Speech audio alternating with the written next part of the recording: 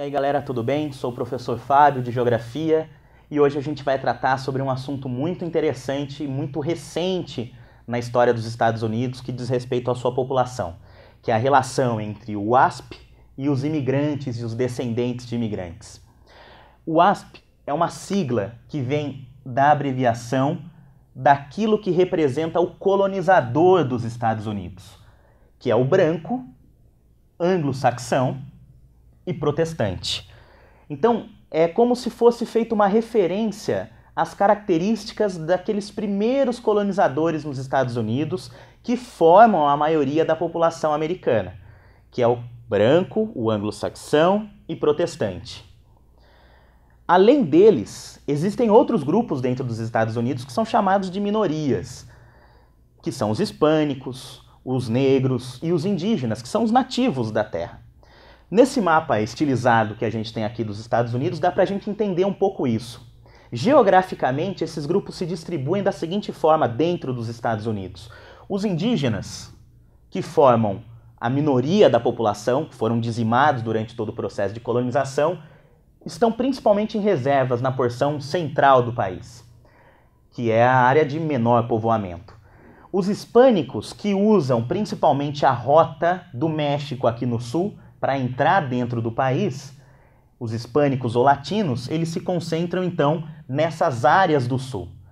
E as comunidades negras estão muito próximas da região sudeste dos Estados Unidos. Vale lembrar que na época, no período da colonização, nas 13 colônias, as colônias do sul, que hoje representam essas colônias do sudeste, eram as colônias que tinham escravidão.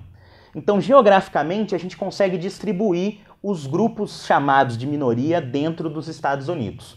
No resto do país, a gente tem o WASP. Bem, no último censo nos Estados Unidos, em 2011, a gente viu que a maior parte da população ainda representa esse ideal do branco, anglo-saxão e protestante. Os descendentes desses primeiros colonizadores representam 63,4%. Mas o que esse censo trouxe de revelador, e por isso a gente está apresentando aqui? Que se a gente pegar os nascimentos de junho de 2010 a julho de 2011, pela primeira vez na história dos Estados Unidos, os não WASP, ou seja, os descendentes de imigrantes, formam maioria. Nesse período de um ano, 49,6% dos nascimentos eram desses WASP, de famílias brancas, anglo-saxãs e protestantes, desses descendentes. E 50,4% eram descendentes dos então grupos de minoria. Então, esse dado, que pela primeira vez acontece nos Estados Unidos, é revelador de uma realidade que já vem sendo falada há um bom tempo, que ao longo da história dos Estados Unidos, a miscigenação passa a ser uma parte tão presente que a quantidade desses grupos não WASP, de latinos, de negros, dos indígenas, principalmente os latinos, passam a se tornar uma maioria. E nas próximas décadas nos Estados Unidos, isso vai se tornar uma realidade, porque esse número aqui do censo de 2011 tende a diminuir na quantidade de WASP.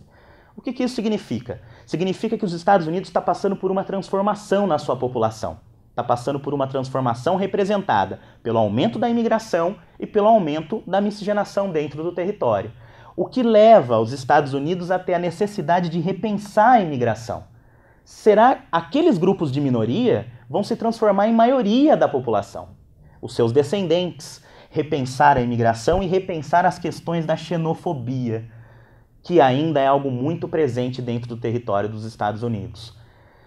Vale lembrar que esses grupos imigrantes vão se tornar maioria e eles são consumidores, eles são eleitores. Por isso, a política dos Estados Unidos precisa ser pensada para esses grupos também. Vale lembrar que o atual presidente dos Estados Unidos é um não WASP, eleito por votos de WASP e principalmente do voto desses não WASP que identificam nele a possibilidade de mudança. Beleza, meus amigos? Até a próxima!